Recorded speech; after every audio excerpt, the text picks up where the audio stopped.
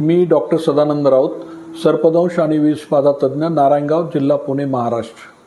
सर्पदंश ही तसं पाहिलं तर खूप मोठी जागतिक गंभीर आरोग्य समस्या आहे।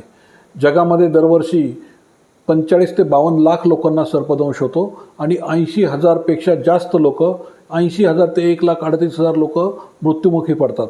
4 लाख पेक्षा जास्त लोकांना कायमचं अपंगत्व होतं, म्हणजे त्यांचे हात किंवा पाय काढून टाकावे लागतात। अनेक लोकांच्या दोन्ही किडण्या निकामी होऊन त्यांना आयुष्यभर डायलिसिस लागतं, पॅरालिसिस होतं, डिप्रेशन होतं। सर्पदंश सर्वसाधारणपणे गरीब, तरुण, शेतमजूर, महिला आणि मुले यांच्यामध्ये जास्त होतो। त्यातल्या त्यात भारताला सर्पदंशाची राजधानी म्हटलं जातं।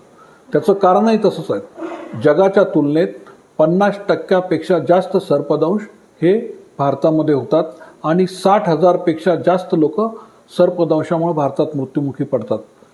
जागतिक आरोग्य संघटनेनं 2019 मध्ये सर्पदंशाची निवड मोस्ट निग्लेक्टेड ट्रॉपिकल डिसीज म्हणजे अतिदुर्लक्षित उष्णकटिबंधातील आजार या वर्गात वर्गीकरण केलेलं आहे आणि 2030 पर्यंत सर्पदंशामुळे होणाऱ्या मृत्यूचं प्रमाण हे 50% कमी करण्याचं ठरवलेलं आहे। आपल्या देखील केंद्र सरकारनं Indian council of medical research आणि नॅशनल कम्युनिकेशबल डिसीज सेंट्रल यांच्या माध्यमातून भारतामध्ये सुद्धा या विषयावर गांभीर्याने काम करायचं ठरवून जागतिक आरोग्य संघटनेने ठरवल्याप्रमाणे आपल्या देशात सुद्धा सर्पदंशामुळे होणाऱ्या मृत्यूचं प्रमाण कमी करायचं ठरवलं आहे।